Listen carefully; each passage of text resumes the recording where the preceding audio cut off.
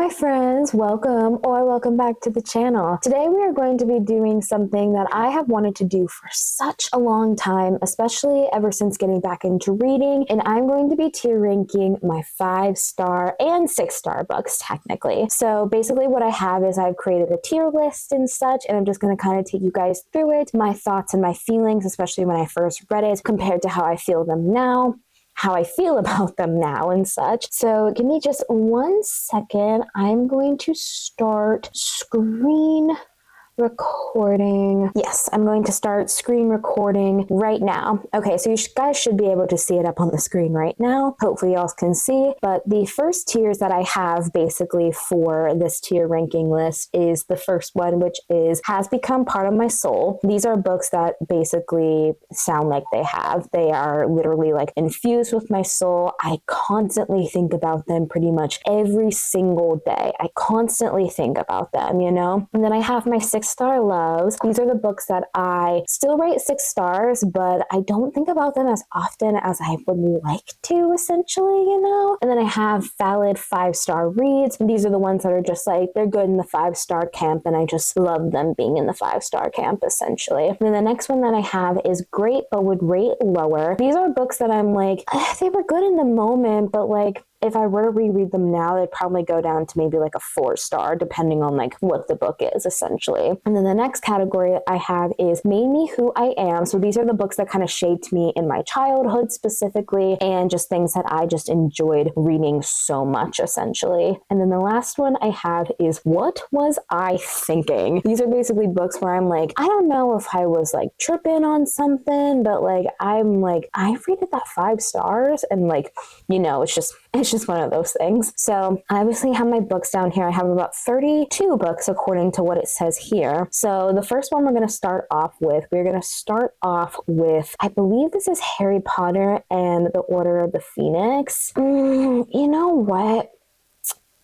I think I'm going to start out with the Great but would rate lower, and I think a lot of people would probably be in that same camp as me, and I'm not going to give too much credit to this author because I don't like her. So, yeah. Then we have To Kill a Mockingbird by Harper Lee. I literally, not gonna lie, I low-key kind of forgot that I read this. I think I read this back in high school, I think. So I think I'm gonna put it in the same category as a great but would rate lower, mostly because of just like not remembering it. Maybe if I reread it again, it would be a little bit better and such, but that's kind of what I have to say on To Kill a Mockingbird. And then the next one we have is Hunger Games. This is kind of including like all of the series, essentially. So I'm gonna put this in Made Me Who I Am, because these are one of the only like books that I remember distinctively reading back in middle school and was like, oh my God, this is amazing. Like, this is so amazing, to say the least, you know? And then we have Heartstopper by Alice Oseman. I'm not gonna lie, this series has 100% become part of my soul. It has become part of my soul. It is something that I will not stop raving about, essentially. I can't wait for the 6th volume to come out, and then along with the movie coming out probably shortly after that. And I'm so excited, but I don't want to leave the world of these characters. I don't want to leave them, and I'm like, I'm gonna have to leave you guys. Like, I'm gonna have to leave Nick and Charlie behind, and I'm just like, no. That's just how I feel about Heartstopper. And then we have Jeanette McCurdy's memoir, I'm Glad My Mom Died. Honestly, valid 5-star read. 100% valid 5-star. This was at a time when I was still rating memoirs with like ratings, essentially. I don't rate like memoirs and nonfiction books anymore, because it just, now to me, it just kind of feels weird putting a rating onto somebody's life and experience. So I don't do that anymore, but at the time, it was a 5-star, and honestly, if I were to rate it, I think it would still be a 5-star to this day as well too. But that memoir, if you haven't checked it out, go check it out. I suggest listening to it because she narrates it, and it is so fascinating. And I didn't grow up on Nickelodeon as a kid, but I always wondered what exactly it was like to kind of grow up on Nickelodeon. So yeah, I got a lot of answers with that, and I felt so bad for this woman. I felt extremely bad for her. Oh my Lord. Lord. Okay, and then next up we have Wild Dark Shore by Charlotte McCogney. I'm also going to put this in valid 5-star reads, technically, and such. And the reason why I'm saying this, I read this earlier in the year around like May, June time, and I really liked the story. I thought it was going to be something else, and then it turned out to be something completely different that I really, really liked personally. And I just really, really, really enjoyed it. And I still think about it every once in a while because I just felt so much for these characters. And it really honestly surprised me because it kind of came in a time of my life where I was looking for 5 stars. I was craving that 5-star feeling. And I started a video, like this video ends when I find a 5-star. And that was the first book I was going to start off with in that video. But then it ended up being a 5-star. So I kind of just scrapped the whole entire video just in general. But yeah, that's how I feel about Wild Dark Shore. Ooh, The 7 Husbands of Evelyn Hugo. I'm going to put this in 6-star loves because it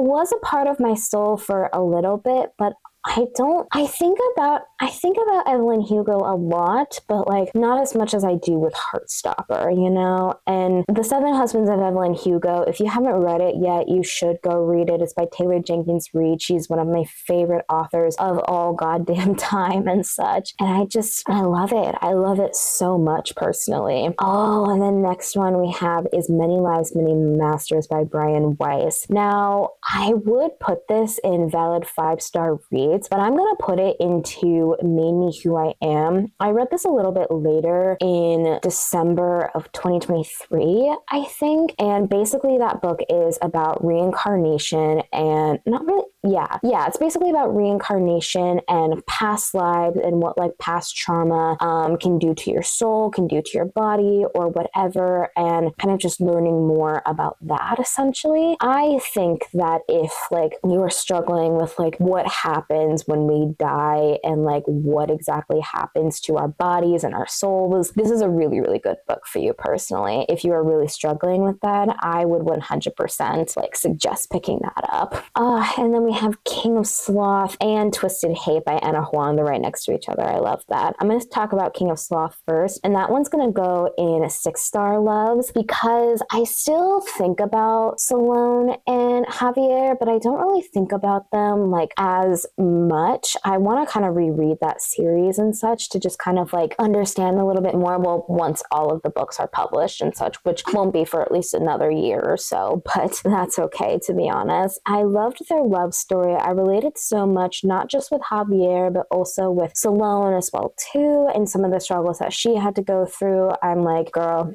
I completely get it. Their love story was cute. Honestly, out of all of the Kings of Sin couples, in my opinion, they had the best chemistry-wise because they not only had this like quote-unquote friendship, but they had this like electric chemistry where they kind of understood each other in a way that some of the other couples in the series haven't been able to do, or at least I haven't been able to see it in my opinion. So yeah, it's going to go in my 6-star loves. And same with Twisted Hate, that's also going to go in my 6-star loves. Twisted Hate, when I was reading the Twisted series for the first time back in 2022, I knew that Twisted Hate was 100% going to be my favorite in the series. I didn't know why at the time, but after reading it, I understand it completely. Jules and Josh are probably some of the most realistic couples, like they are the most realistic couple within the Anaverse I think I have ever read, mostly because they're human and neither of them are like full on like rich, you know, and like they're very down to earth and very much like not really like, how do I want to say this and such, but like their love was genuine, not just because of like money and status, because Josh is like studying to be a doctor. He is a doctor. Jules is becoming a lawyer within her book, and those are very much high paying careers and such,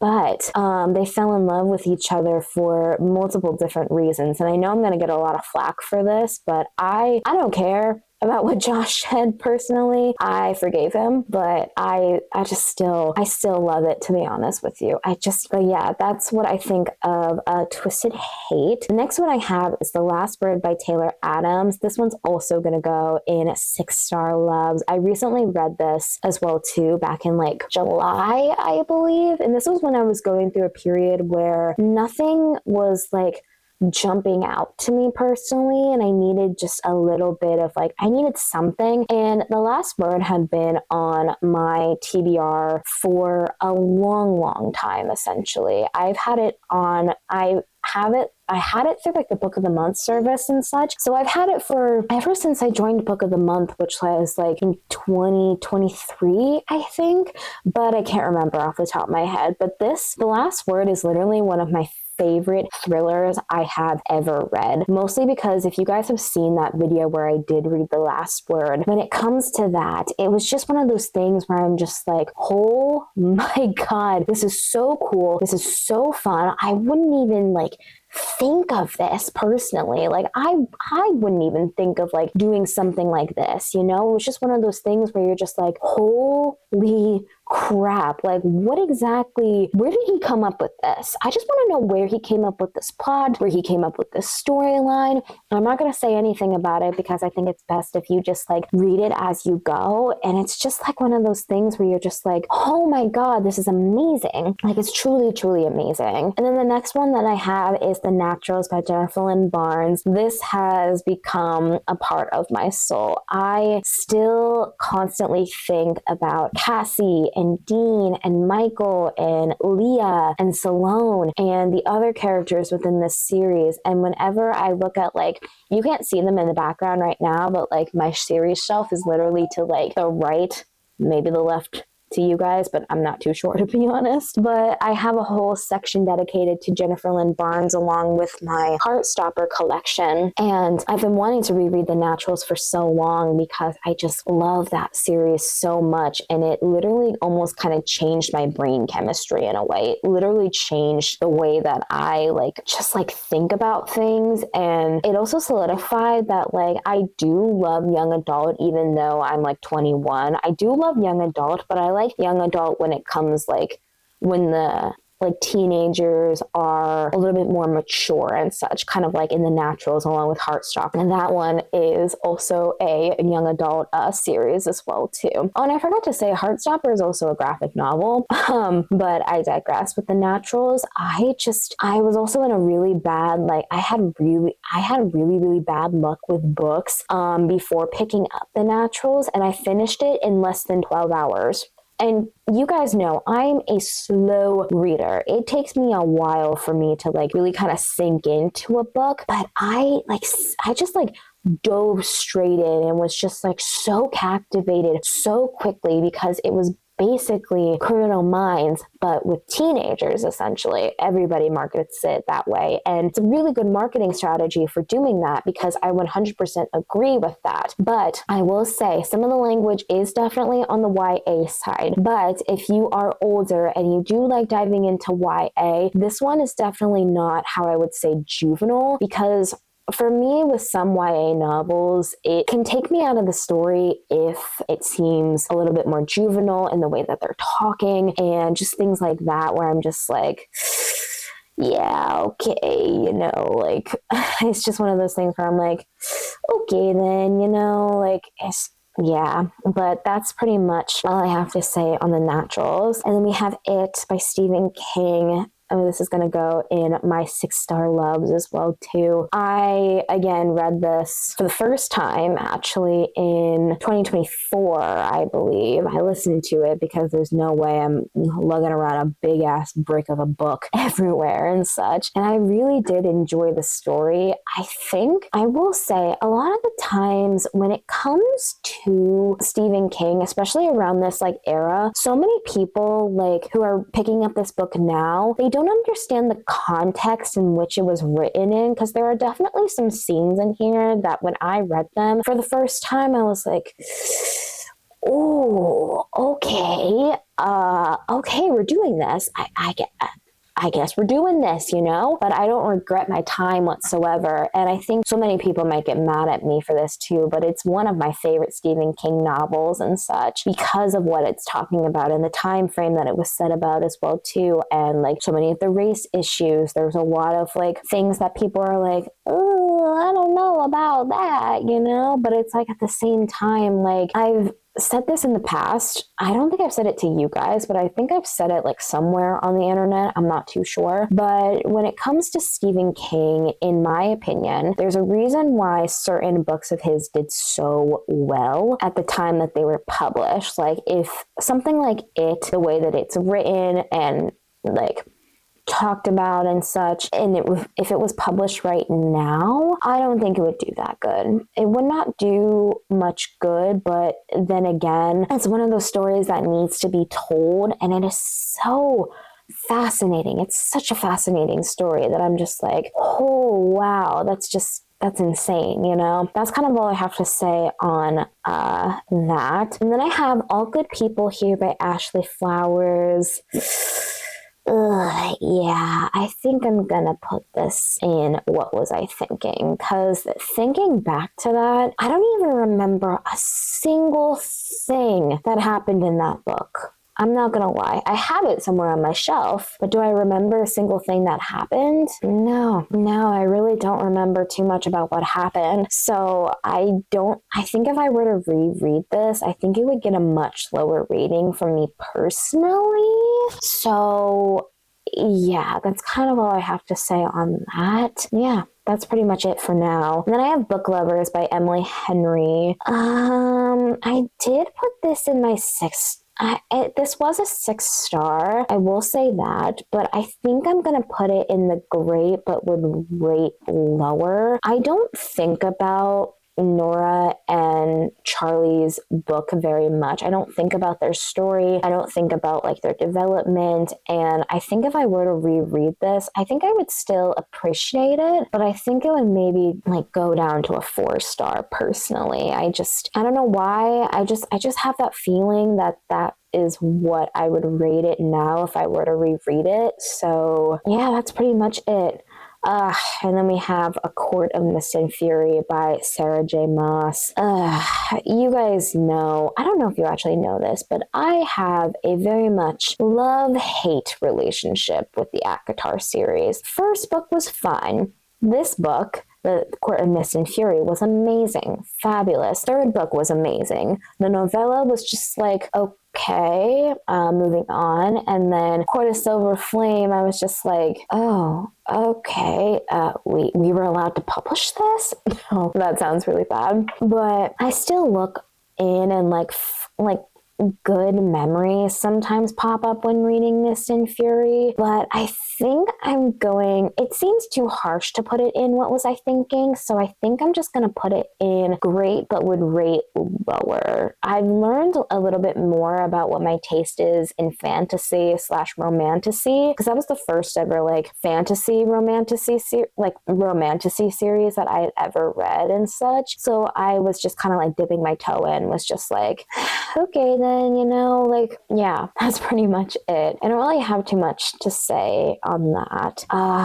And then we have Red, White, and Royal Blue by Casey McQuiston, a recent reread for me this year. I think it's definitely a 6-star love, but I think I'm going to put it into Made Me Who I Am, mostly because of the fact that this book really kind of propelled me into reading more of the romance genre, specifically more of the like a sapphic romance and the LGBTQ plus spectrum romances, and like looking into that. And it really has kind of solidified my taste in books, specifically when it comes to like that genre and kind of just knowing what I like. So I do think that Red, White, and Royal Blue has made me who I am. I do have 3 copies of that book, one paperback of the movie cover, like the movie poster cover, and then one from the book of the month that's somewhere on my shelf back there. Oh,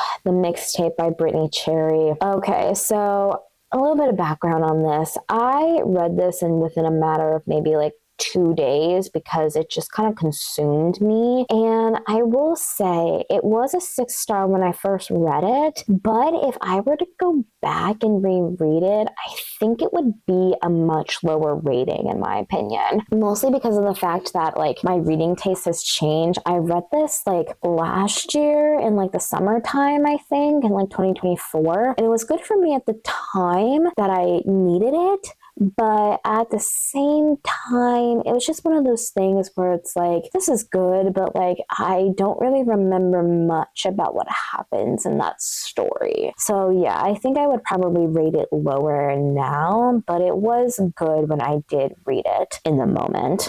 Okay, the next one we have on the list is The Butcher and the Wren by Elena Urquhart. I am going to put this in my valid 5-star reads. This kind of includes The Butcher Game as well too. I just didn't want to get a picture of the second book. But The Butcher and the Wren by Elena Urquhart. If you guys don't know who Elena Urquhart is, she co-hosts a podcast with her sister Ash, Morbid specifically, and she's wanted to be an author for so long. So when I heard that she was releasing a book back in 2022, I immediately pre-ordered it and like had it shipped to my dorm and such, and just like read it as quickly as I possibly could. And I loved it. It was short, it was sweet, it was extremely balanced as well too, and I gave it a 5-star. And then to prepare myself for the second book that came out, I think last year, I think it came out in 2024, which was The Butcher Game. In that same exact series, I reread The Butcher and the Wren and still kept my same thoughts on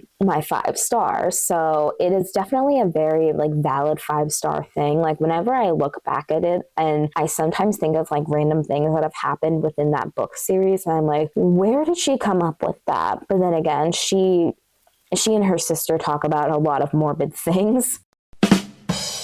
But yeah, I needed to worm that joke in there one time and such. But yeah, The Butcher and the Wren holds a really special place in my heart personally. It was also another book of mine that I read when getting back into reading officially. So yeah, that was really, really fun for me to read. And then we have Educated by Tara Westover. This is another memoir that I read back in 2024, I believe as well too. And I gave it a 5-star, and I think it's still going to go in valid 5-star reads. I am going to be graduating from college within the next couple of months, and I've low-key been kind of struggling with like staying on top of things and just kind of making sure that I can end the semester out strong. And Educated, when I read this first, it was my sophomore year of college, I believe. Yeah, it was my sophomore year of college because it was like early 2024. And I was really, really struggling that semester. I can't remember why exactly I was struggling. It was probably something related to classes, but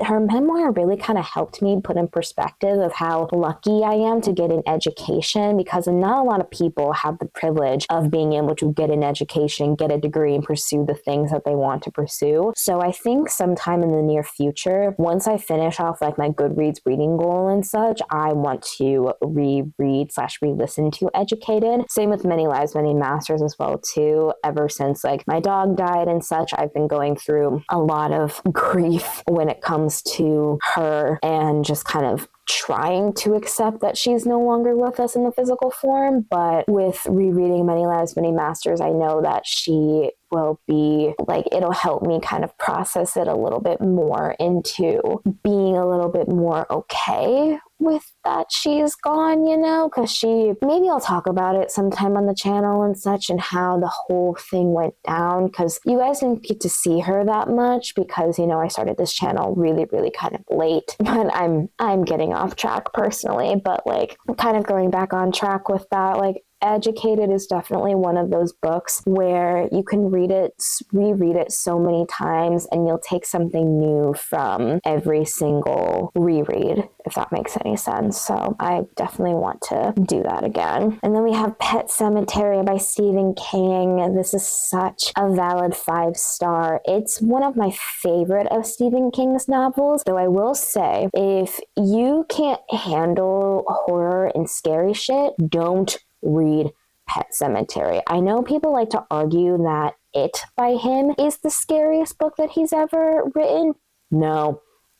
Pet Sematary is so much scarier. In like the author's note that he does at the beginning of the book, he literally says like he had one last book deal that he had to do with his like at the time publisher and such. He wanted to get out of there, and he wrote this up, and he just kind of had it in storage, and then he decided to just kind of pull it out, and then he was like, I think I might have gone a little too far with this. And I agree with him on that. And that was also another reread I read at the top of this year, actually. And I love it. I loved the reread. I love seeing the symbolism. I just loved seeing everything related to that, you know? So it's just like one of those things where you're just like, yeah, yeah, it was good. It was really, really good, but heavy on the trigger warnings of like death, especially. The book is called Pet Sematary. I think most of you guys can figure out what it's about just based on the title, but just for more trigger warning if you do decide to pick that book up. Then we have another Anna Huang down here. We have King of Pride by her. This is going to go in the valid 5-star reads as well too. This one wasn't quite a 6-star. This one followed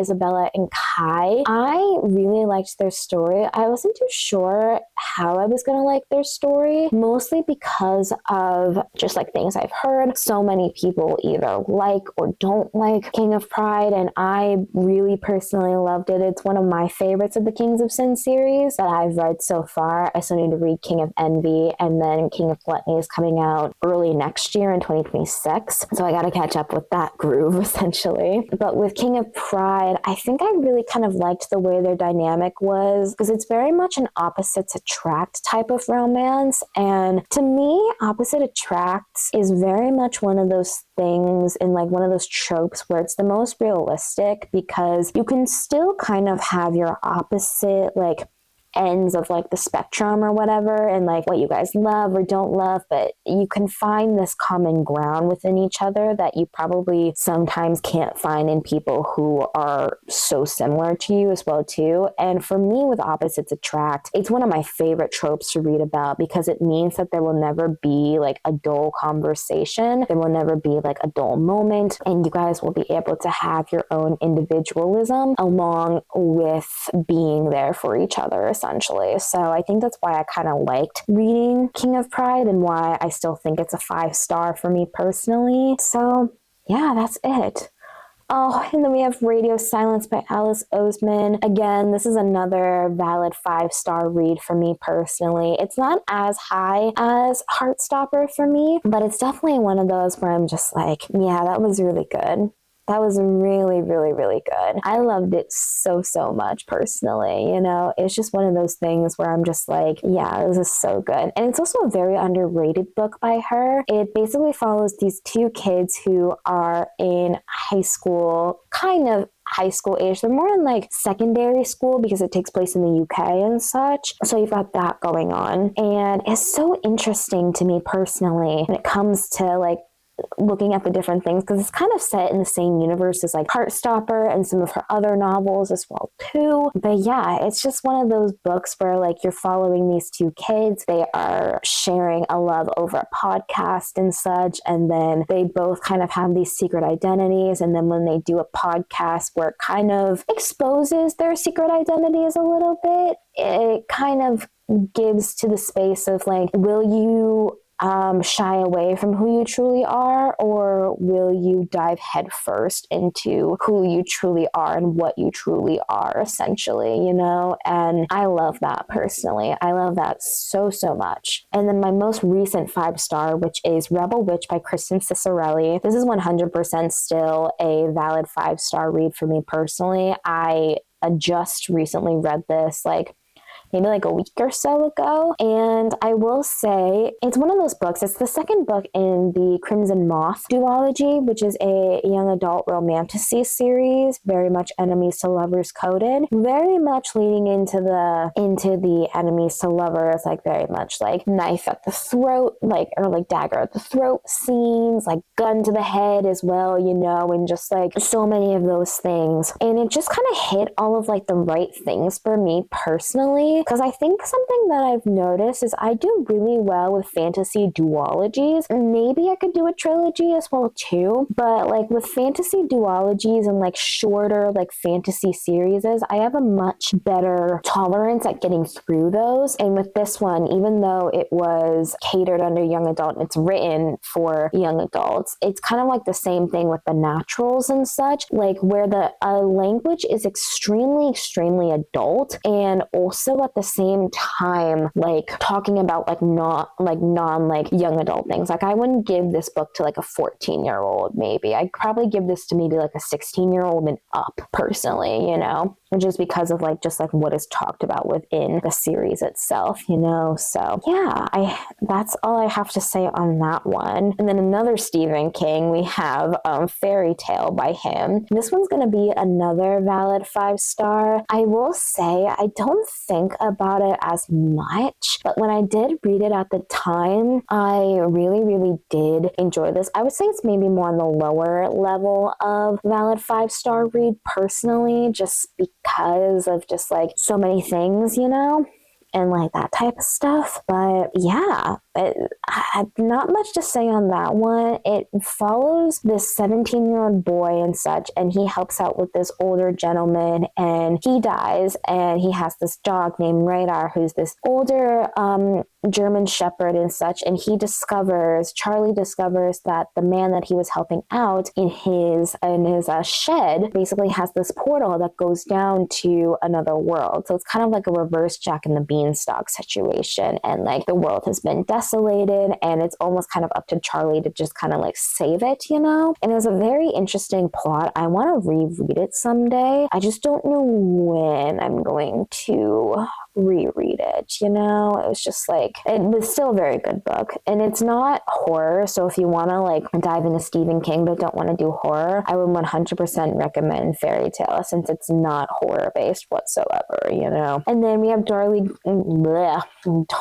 Girls by Sally Hempworth. I think I'm gonna put this in the great but would rate lower next time. When I was first reading it, I think I kind of over exaggerated my rating. It was very much a love-hate read, you know? Like I loved it at some points, but also hated it at some points. Kind of like the same feelings that I have when reading The Housemaid right now, which is what I'm currently reading as of recording this. And it's one of those books where it was originally marketed as a thriller, but it's more on the mystery side than the thriller side of things. And whenever I recommend this book to people, I always say it's more of a mystery vibe rather than a thriller vibe, because thrillers and mysteries, even though they're kind of categorized in kind of the similar same genres, they're two completely different tones and two completely different like ways of like building suspense and such like that. Like for Darling Girls and such, you had this overall kind of like suspense, but it wasn't kind of like building and building and building and building and building like as fast as you can, like it was in the last word. Like the last word stuff just kept on like building and building and building and building upon itself, and you just kind of get thrown into this kind of like sense of just like, oh my god, what is gonna happen with the last word? You don't get that with Darling Girls by Sally Hempworth personally. And at the time when I was reading it, I was craving more mystery, so I think that's why I liked it a lot. And yeah, it's just one of those things where I'm like, you know what?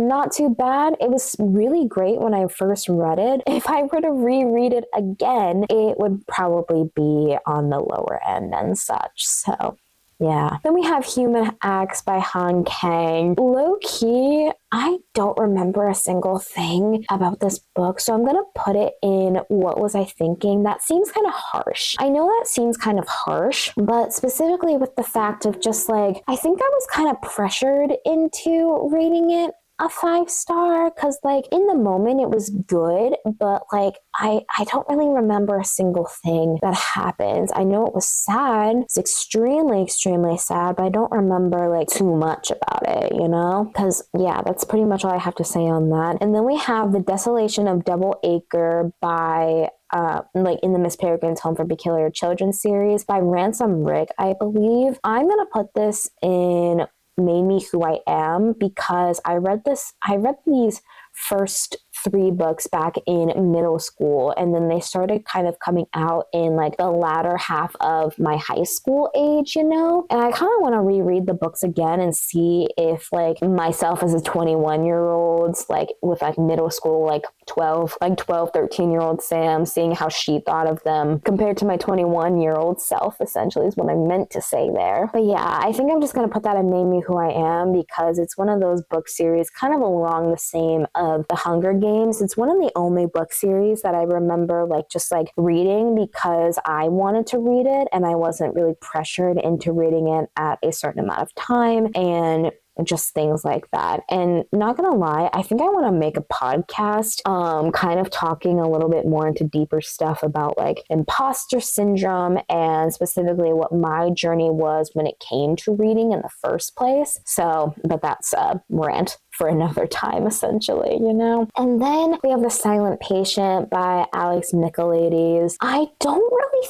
think about this book that much. So I think I'm going to say great, but would rate lower because of how I'm feeling right now. I read this, I think, back in 2023, I think, you know, and at the time I was very much surprised, but when taking a deeper dive and just like kind of going into it in my mind, I was like, oh, I could have guessed that from like page 1. Like I could have guessed the ending from like page 1, but the way that he wrote it was so interesting to me, in my opinion. It was so interesting that I'm like, oh wow, like I said, this is extremely interesting, you know?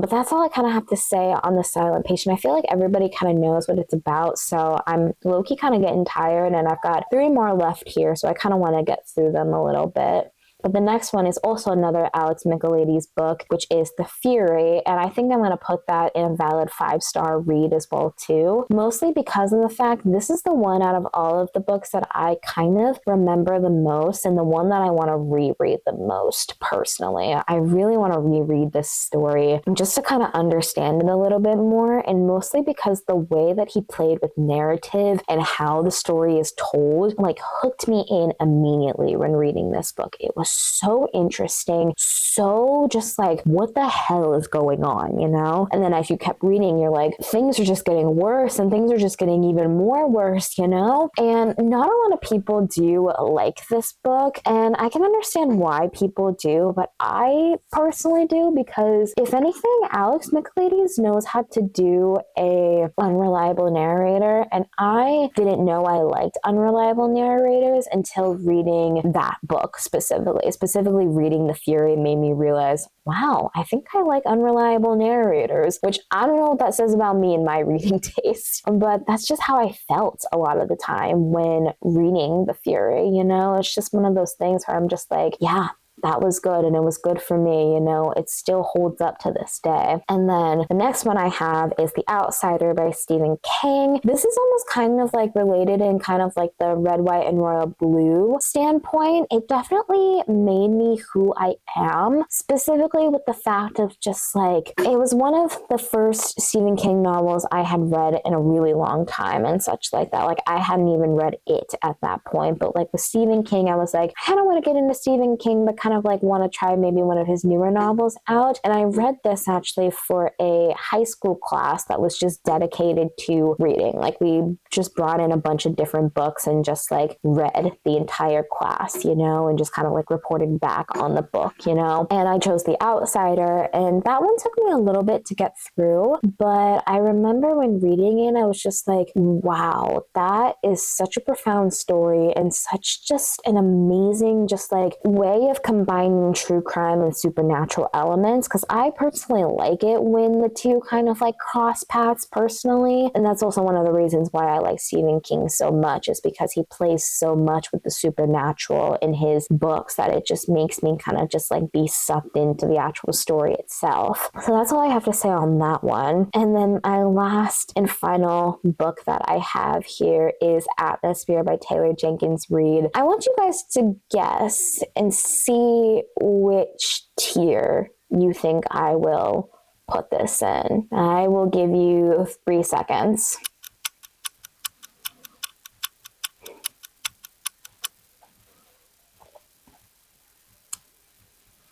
It has become part of my soul. It's not even like I'm going to put it in front of these two and such like that, because it is so good. I constantly think about Atmosphere. I constantly think about the quotes. I have like a little folder in my phone just to look back at different quotes from that book because of how much it lives in my body and my soul and my mind so much. Like this book, I know I said a couple books on here changed my brain chemistry.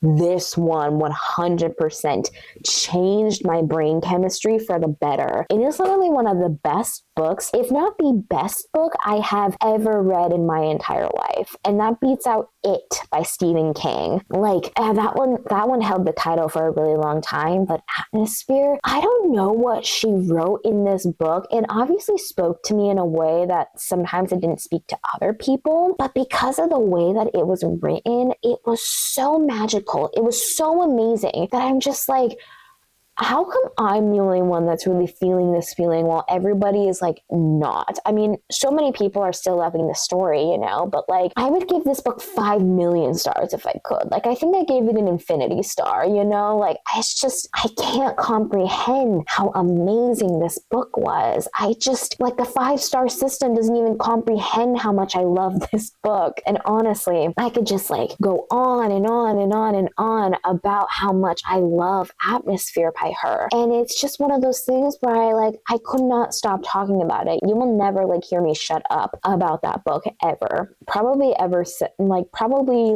like well far in and such like that with doing this YouTube channel and such, I will probably still be talking about Atmosphere. So I'm just like, wow, like, oh my God, this is insane, you know? Like, it is completely insane how much this, like, book has changed me for the better in so many ways. And it's also sapphic as well, too, which kind of relates to the story and such, because it's not only just a story about this woman named Joan that's going into space and kind of learning more about herself. It's a love story as well, too, and you'll get to see what she means by a love story, because you've got romantic love, you've got friendship love, you've got familial love as well, and just like how the way she was able to kind of just like meld these words together and make the story what it is amazing.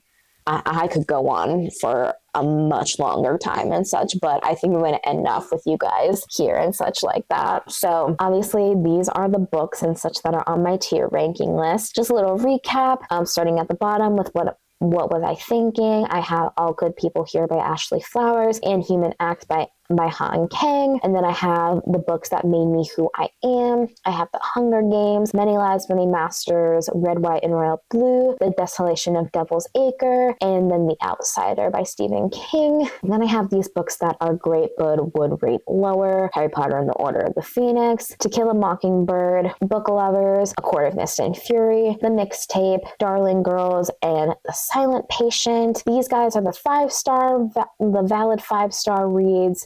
Jeanette McCurdy's I'm Glad My Mom Died, Wild Dark Shore by Charlotte McCogney, The Butcher and the Wren by Elena Urquhart, Tara Westover's Educated, Pet Cemetery by Stephen King, King of Pride by Anna Huang, Radio Silence by Alice Oseman, Rebel Witch by Kristen Ciccarelli, Fairy Tale by Stephen King, and The Fury by Alex Michaelides. And these are my 6-star loves. The Seven Husbands of Evelyn Hugo by Taylor Jenkins Reid, King of Sloth by Anna Huang, Twisted Hate by Anna Huang, The Last Word by Taylor Adams, and then It's by Stephen King, and then the books that have become part of my soul, starting with The Naturals by Jennifer Lynn Barnes, then The Heartstopper, just the whole Heartstopper series and such. I know I only have the first one, but it accumulates for the whole series. Same with The Naturals as well. And then Atmosphere by Taylor Jenkins Reid. Oh my gosh, that was so fun. I don't know if you guys had fun, but I 100% had fun when doing this. It was just so fun to just kind of like look at this and just kind of see, you know? It was just like, wow, that is insane, you know? But like,